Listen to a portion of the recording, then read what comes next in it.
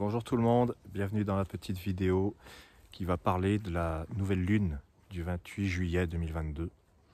On va découvrir les 10 harmoniques, comme à chaque fois. On va parler d'une nouvelle lune dans le signe du lion et de certains thèmes inhérents ou très proches du symbolisme de ce signe. Donc, pour ce qui est de l'astrologie, on a Soleil et Lune dans le signe du Lion, avec des aspects, si on regarde un petit peu la carte, des aspects très dynamiques, des carrés avec toutes les planètes, Saturne, Uranus dans le Taureau. Tout ça, c'est, on va dire, porteur de tension, d'après ce qu'on peut voir dans les cartes astrologiques. Mais dans les harmoniques, on a un message qui est tout autre, mais qui se rapproche quand même d'une certaine manière. La première harmonique, ce que j'appelle l'harmonique source, c'est l'empreinte de vent. Et l'empreinte me rappelle un peu le lion parce que l'empreinte, c'est l'identité. C'est pour moi un petit peu la patte, la griffe, la marque. Le lion, c'est celui qui est reconnaissable entre mille avec son empreinte, justement. Dans l'idée de l'empreinte, il y a l'idée d'identité, l'idée de faire partie d'une espèce, pourquoi pas. Et c'est l'empreinte de vent. L'élément vent va venir un petit peu assouplir ce que l'on croit sur cette notion d'identité. Il y a l'histoire de cette souplesse d'identité. Alors ça veut dire quoi? Une identité, c'est ce que l'on croit être. Je pense que quand on dit identité, on pense à quelque chose de très stable, d'immuable. Dans le tirage des 10 harmoniques de cette nouvelle lune, il apparaît par exemple en 4e position le livre de Jade. Et j'en avais parlé déjà dans une nouvelle lune précédente, celle de juin, le 29 juin je crois. Le livre de Jade nous dit on aimerait que les choses soient stables et immuables à l'extérieur comme dans notre esprit. C'est un petit peu, c'est probablement très humain, mais c'est vrai que quand on voit que les choses ne sont pas aussi stables et immuables qu'on aimerait qu'elles le soient, eh bien c'est déstabilisant. Et surtout quand ça concerne l'idée qu'on se fait de sa propre identité. C'est-à-dire, je vais faire clair, ça ne se passe pas comme on aurait imaginé. On n'est pas vu comme on aurait aimé. Et si jamais on perdait, entre guillemets, cette fameuse identité. C'est quoi l'identité finalement? Voilà, pour en revenir à ces thématiques du lion, il y a une recherche de la place dans le monde, dans la société, dans le couple, dans le collectif. On cherche sa place. Et puis comment on va s'y prendre? Eh bien, il y a peut-être des mécanismes qui vont faire qu'on va s'identifier à. Mais l'identité, une carte d'identité, un nom, une profession, une définition, est-ce que ça fait de vous ce que vous êtes? Voilà, c'est ça la question. Qui suis-je? L'empreinte de vent, en fait, elle nous dit, avec l'élément vent, j'insiste, parce que dans les harmoniques, il y a 10 éléments, et l'élément vent, il a une fonction précise, c'est de brouiller un petit peu, justement, de rendre les choses un peu plus souples, un peu moins stables et immuables, et de vous dire, vous n'êtes peut-être pas qui vous pensez être, ou vous êtes peut-être plus adaptable que vous ne le croyez, ou vous pourriez peut-être vous détendre. Ça peut être pas mal. Voilà, donc il y a l'idée de s'assouplir un petit peu avec l'empreinte de vent. Je ne dirais pas la même chose de l'empreinte de Jade, mais là c'est l'empreinte de vent. Parce que tous les messages sont intéressants. Et dans l'empreinte de vent, il y a vraiment cette notion de se détendre, s'assouplir, se dire qu'on est peut-être plus adaptable qu'on ne le croit. Si notre énergie ne va pas passer par ses fonctionnalités, elle va passer par d'autres choses, mais de toute manière, ce qui se passe avec le rayonnement du lion par exemple, pour revenir à lui, si je prends l'oracle des harmoniques, ici présent, j'ai une carte qui symbolise le rayonnement. Et c'est celle-ci, le 7e soleil.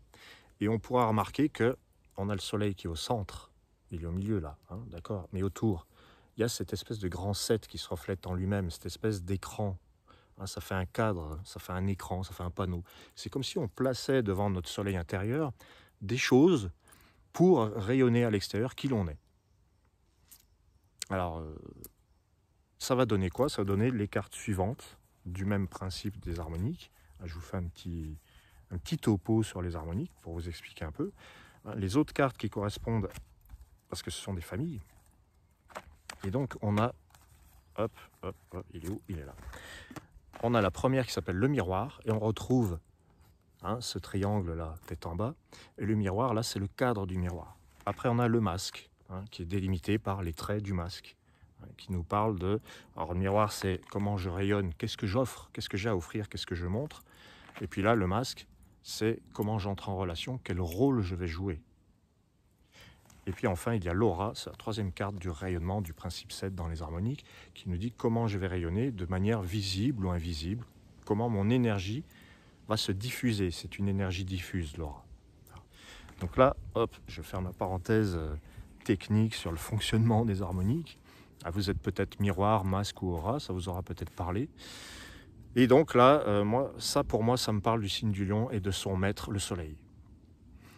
Mais ne perdons pas de vue que le soleil, il est au centre, là, il est derrière ce panneau, qui nous aide à réfléchir. C'est pas bête, réfléchir. Voilà. Donc, l'empreinte devant, elle nous dit, peut-être que vous pourriez rayonner sans le cadre du miroir, sans la délimitation du masque, sans ce besoin de diffuser une énergie. De toute manière, cette énergie, par définition, elle est diffuse, elle va sortir de vous, et peu importe comment. Et si vous ignorez comment votre énergie va sortir de vous, est-ce que c'est si dramatique après tout? Vous pouvez rayonner d'une manière que vous ignorez totalement, mais qui est bien meilleure que celle que vous auriez aimé contrôler. C'est ça l'empreinte devant. Il n'y a rien de stable et d'immuable. Alors je vous parle de ça parce que donc le livre de Jade nous donne cette envie que la réalité se manifeste à l'image de ce que l'on a en nous-mêmes, dans notre tête, dans notre esprit, dans notre inconscient, dans ce que vous voulez. Le livre de Jade, il nous dit, ça c'est de la croyance. Voilà. Alors la deuxième harmonique de cette nouvelle lune, c'est l'ascendant. C'est le sphinx de Jade aussi. Il y a 2 fois du Jade. Il y a des éléments qui se répètent. Le sphinx de Jade nous demande de guérir, réparer, soigner quelque chose. C'est vraiment, c'est un peu l'équivalent de Chiron dans l'astrologie, le centaure Chiron. Et là, on a non pas un centaure, mais un sphinx, donc moitié homme, moitié animal, et qui va rassembler, qui, au lieu de symboliser, je dirais, les contradictions, la dualité, il va symboliser au contraire l'unité. Donc c'est l'unité, le sphinx. Et c'est aussi le guérisseur. Alors, qu'y a-t-il à guérir en nous? Et on a la troisième carte qui va un petit peu dans le même sens, c'est le lotus de vent. Ça, c'est la quête de vie et on va se diriger vers le soin, la purification, la pureté. Alors, il y a la notion de pourquoi on a si peur de perdre son identité. Comment on va essayer de préserver cette identité et pourquoi on veut le faire. On va s'y prendre comment? On va s'y prendre par exemple, le mimétisme. L'empreinte, c'est quoi? Une empreinte, c'est quelque chose qui va prendre la forme de la même forme. L'empreinte, c'est, quand on dit une impression, c'est une copie, en fait. Il y a des choses qui se copient. Voilà. On va fréquemment copier les comportements, les attitudes des ancêtres, des parents, peut-être même de beaucoup plus loin que ça. Nos enfants vont le faire. Et bien oui, c'est le mimétisme de l'empreinte. Et on va bâtir son identité là-dessus. Et on va observer ce qui se passe à l'extérieur. Et le message de l'empreinte devant, c'est de nous dire, et si vous vous recentriez sur vous, sans vous occuper de ce que vos proches font ou vivent, ou aiment, ou n'aiment plus, ou... ça nous ramène à soi, en fait. Alors c'est quoi ce vrai soi? C'est ce soi dénué de toutes les croyances, de toutes les constructions mentales. Essayez d'être vous sans mécanisme, sans quelque chose de fonctionnel. Ça, c'est l'empreinte devant. Et puis, il y a vraiment l'idée de s'alléger. Parce que le vent, ça permet de voler quand même. Voilà. On a d'autres cartes. Là, on a l'Orient d'Ambre. Donc, ça revient. C'est un peu le même thème que dans l'autre vidéo, comme je vous disais. l'Orient d'ambre qui va symboliser eh bien, cet éveil, cette joie de vivre, cet enthousiasme, cette énergie qui vient du cœur. Et l'Orient, il est présent 3 fois. Ça nous invitait, pour ceux qui avaient regardé la vidéo, vous pouvez toujours y aller, elle y est toujours, hein, c'est la vidéo de la nouvelle lune précédente, donc 29 juin. Ça nous invitait avec ces 3 Orients à prendre l'initiative, à prendre le taureau par les cornes, si j'ose dire. Et bah, c'est toujours un petit peu le message du moment. C'est toujours ça. Ensuite, on a le lotus. Je vous ai parlé du lotus de vent, mais il intervient 2 fois dans le tirage. Il y a aussi le lotus sacré. Et ça, c'est une carte qui nous parle de ne pas oublier d'aller à l'essentiel. Le lotus, il purifie, il simplifie. Il nous ramène à notre source intérieure. Voilà. Donc, je vais éviter les redites parce que comme c'est le même thème, c'est intéressant dans les harmoniques, c'est que les 2 nouvelles lunes ont le même thème. Du coup, c'est pratiquement toutes les mêmes cartes au même endroit, excepté l'empreinte de vent, qui a donc changé de couleur, et le sphinx de jade. Ça, c'est vraiment... c'est très différent du coup, parce que comme je vous disais, si l'empreinte avait pris une autre couleur, elle vous aurait donné un autre message complètement différent. Voilà. Qu'est-ce qu'il faut pour être soi-même? Moi, je dirais même qu'est-ce qu'il ne faut plus. C'est une nouvelle lune qui va nous inviter à faire face à des choses un peu déstabilisantes, qui vont nous demander de renoncer à des croyances sur soi, sur son identité. Vous serez toujours vous-même, vous serez mieux vous-même si vous vous détendez un peu. Je ne peux pas le dire autrement, hein, parce que c'est le vent, c'est l'élément vent qui fait dire ça. Hein, vous pouvez être, si vous allez sur le formulaire, vous verrez vos harmoniques de naissance, vous mettez votre date de naissance, et vous pouvez être vent, jade, or, arc-en-ciel, etc. Et selon les couleurs qui vous sont attribuées, eh bien, vous aurez des éclairages différents. Et le vent nous apporte ce message de la légèreté, de la souplesse, de l'adaptation. Alors attention, je vous parle d'identification, d'identité. Quand je vous dis d'aller voir sur le site et de découvrir la couleur qui vous est attribuée, il ne s'agit pas d'une identification, mais juste d'un message en fait. C'est une manière de vous montrer qu'il y a des possibilités, qu'il y a un fonctionnement peut-être dans la nature, qu'on peut observer, dans votre nature, et qu'il va y avoir un besoin chez l'humain d'immuabilité, avec le livre de Jade par exemple, de souplesse, avec l'empreinte de vent. Il y a un auteur qui était empreinte de vent, qui a dit c'est décourageant le sable, rien n'y pousse, tout s'y efface. Il s'agit de Joyce, James Joyce. Empreinte de vent, c'est décourageant le sable, rien n'y pousse, tout s'y efface. C'est précisément ce qui se passe. Et c'est bien de s'en rendre compte. Parce que c'est là qu'on se sent mieux finalement. On fait péter les verrous. Puis il y a cette notion de messager noir aussi, qui nous fait comprendre très clairement que il y a des messages qui ne sont pas visibles. Il peut se produire des choses dans votre vie, et notamment au moment de cette nouvelle lune, qui vont vous permettre de vous rendre compte que tout ce qui est mis en place, tout ce que vous mettez en place pour préserver votre identité, eh bien, c'est du vent. Alors il faut prendre ça comme une chance. C'est hyper bien en fait, parce qu'on se sent bien mieux quand on a compris ça. On se sent bien mieux quand on n'a plus besoin de mettre devant votre soleil intérieur, de mettre un panneau, de dire je suis ça, je ne suis que ça, ou j'aimerais être ça. En fait, laissez-le venir. Si vous voulez être une rose, bah, la rose, elle pousse. Puis voilà, c'est une rose. On peut être n'importe quelle fleur, n'importe quelle plante, hein, finalement. Mais si on laisse l'univers nous montrer qui on est, bah, ça peut être pas mal.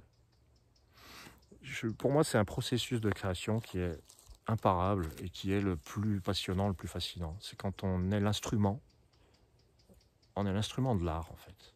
Là, je parle un peu par rapport à l'art, mais Moi, j'enseigne dans les collèges, et quand j'entends les élèves qui me disent mais non, mais moi je suis nul en dessin. Non, personne n'est nul. On a tous la possibilité, c'est ça l'empreinte de vent. Ne vous enfermez pas dans un je suis nul. Détendez-vous. Voilà. C'est le message.